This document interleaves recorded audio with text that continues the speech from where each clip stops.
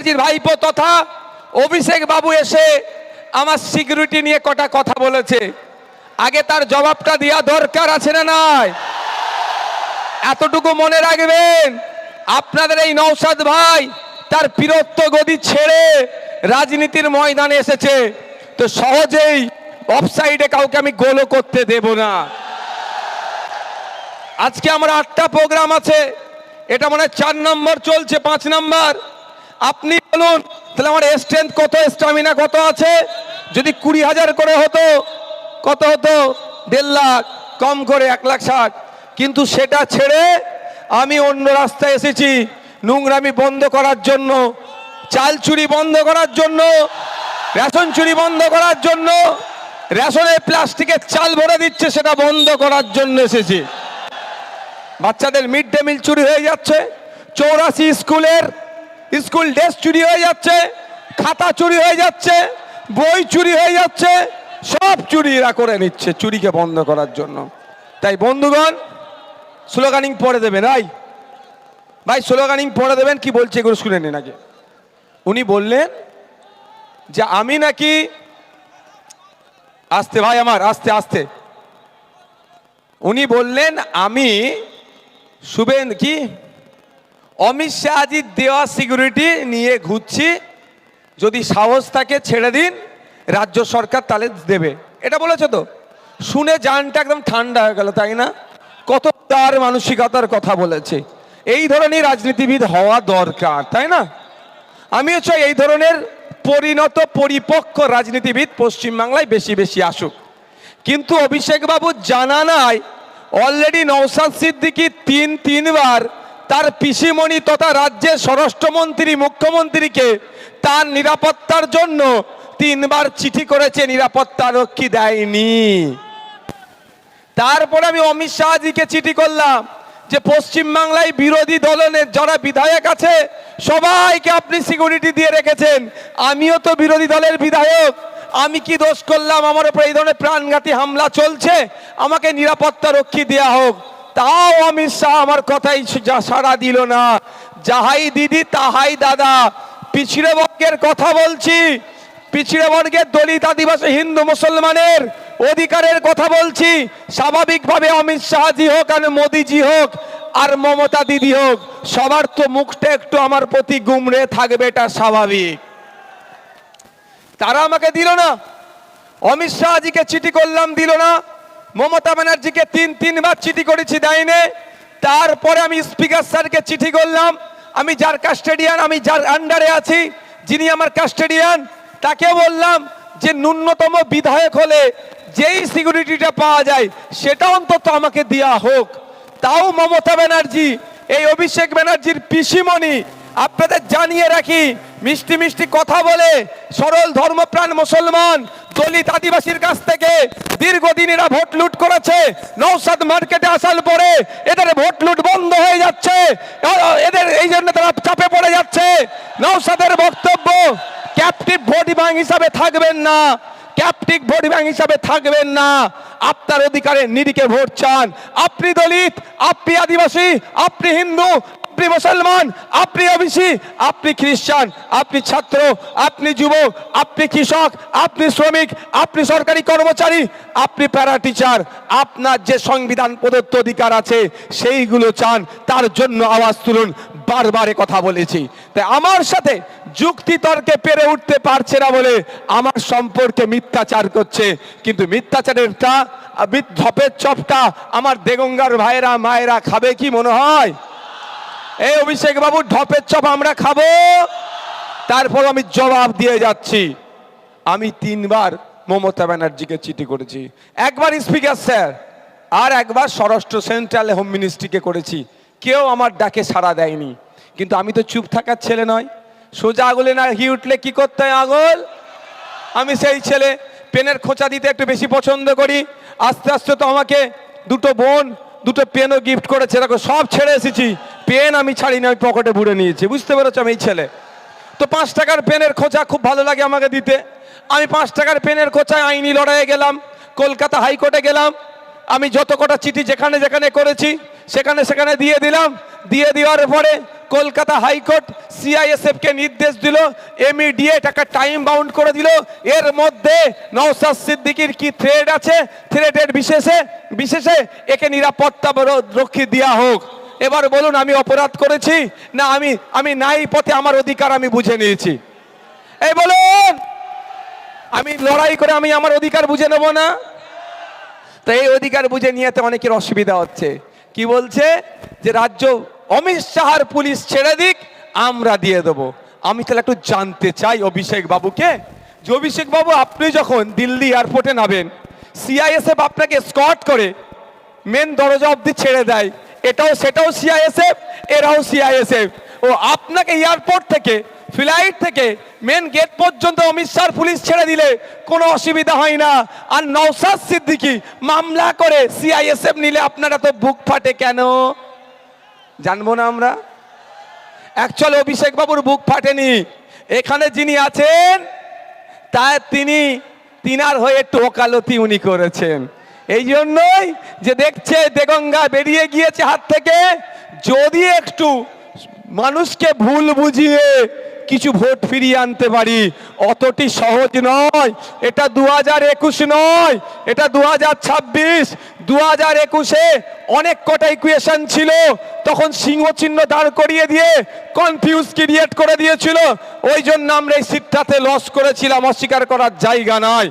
অনেক কটা ইকুয়েশনের মধ্যে একটা ইকুয়েশন ছিল, আর একটা কি ছিল, বিজেপি চলে আসবে, বিজেপি চলে আসবে, এই গল্প শুনিয়েছিল।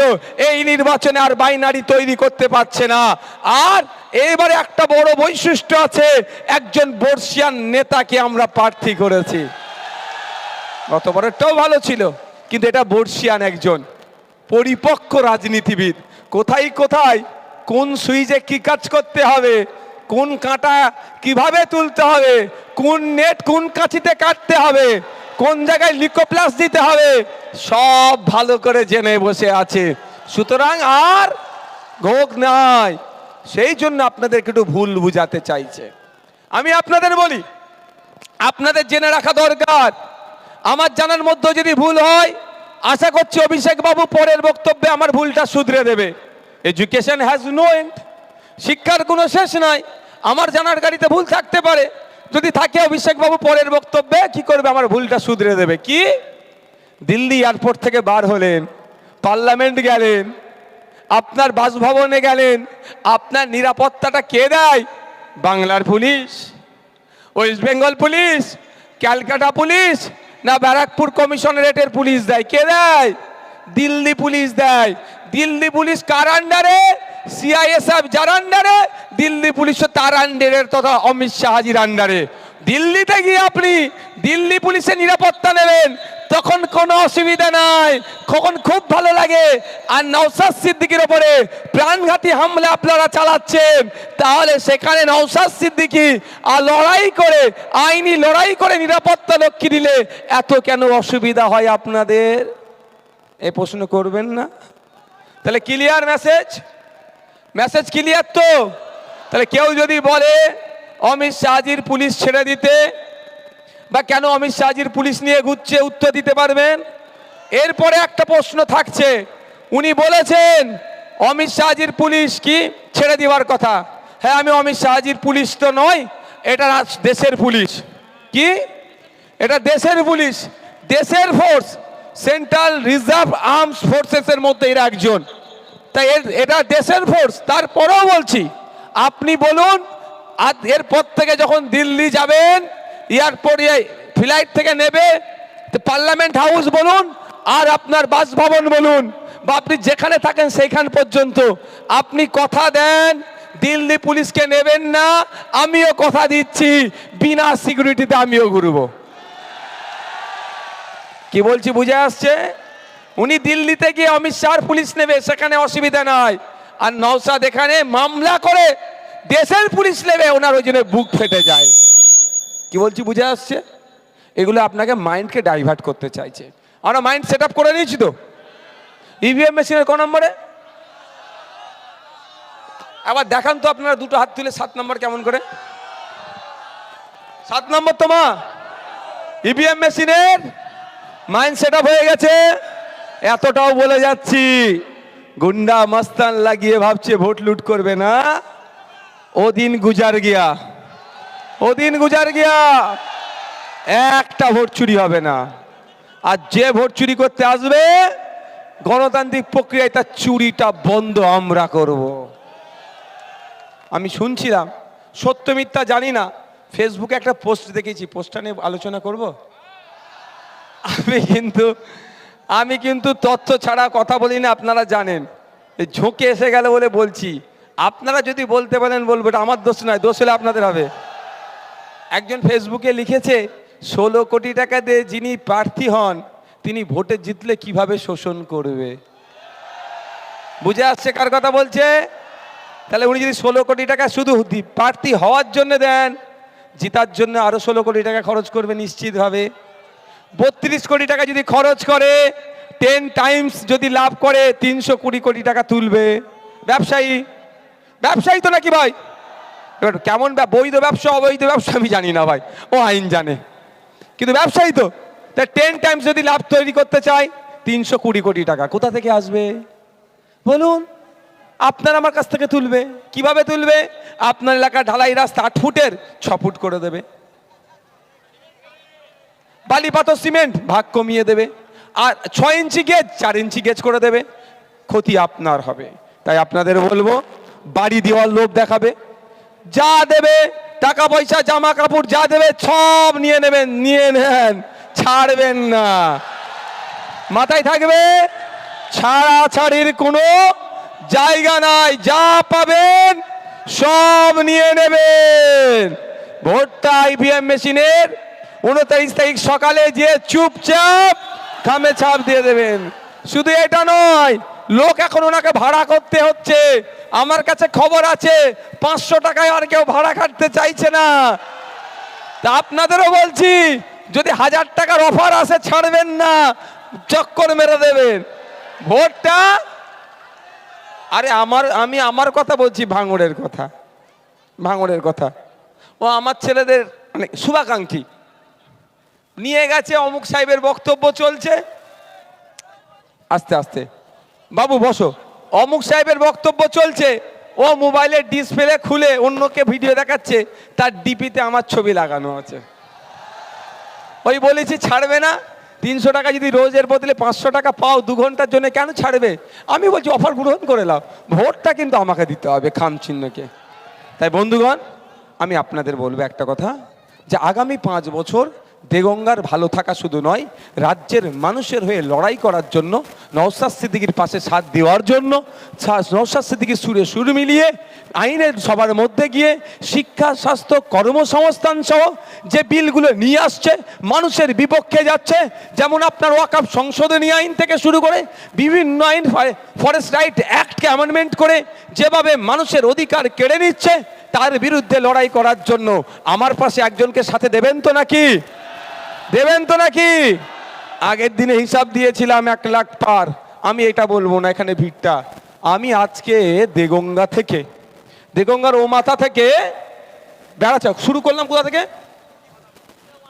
যেখান থেকে আমি শুরু করেছি, জায়গাটার নাম বলার একবার, ওখান থেকে আমি এই পর্যন্ত আসার আগে অন্তত রাস্তায় কম করে বলছি 10 থেকে 15,000 মা বোন বাপ ভাই দাঁড়িয়েছিল বিভিন্ন জায়গায় আমাকে স্বাগত জানানোর জন্য। কার খেয়ে দিয়ে ভাই কাজ আছে, সন্ধ্যেবেলা কাজ ছেড়ে দিয়ে রাস্তায় দাঁড়িয়ে থাকবে, ভাইজান আসছে তাকে একটু ফুল দেবো, নিশ্চিতভাবে সে ভোটটা দেবে বলেই তো দাঁড়িয়ে আছে। ওই দিনকে 1 লাখ বলেছিলাম ভোট পাচ্ছি, এই 15,000, 1,15,000 এমনি হয়ে গেল। আর এটা অ্যাড করে নেন, 1.5 লাখ পারতো, 1.5 লাখ পারতো। তা গল্প শেষ তো? গল্প শেষ করে দিয়েছে, খেল খতম করে দিয়েছে আমাদের মফিজুল সাহেব। এবার আপনাদের শুধু কাজ হবে 29 তারিখ সকাল সকাল গিয়ে ইভিএম মেশিনের 7 নম্বর বোতামটা টিপবেন, আপনাদের কাজ হবে। তারপরে ওই বলে নাকি গণনা কেন্দ্রে বুঝে নেব। সেই গণনা কেন্দ্রে কিভাবে কি করতে হয় সেটা আমরা 2021 নয় 2026 আবারও বলছি, আমরা বুঝে নেব।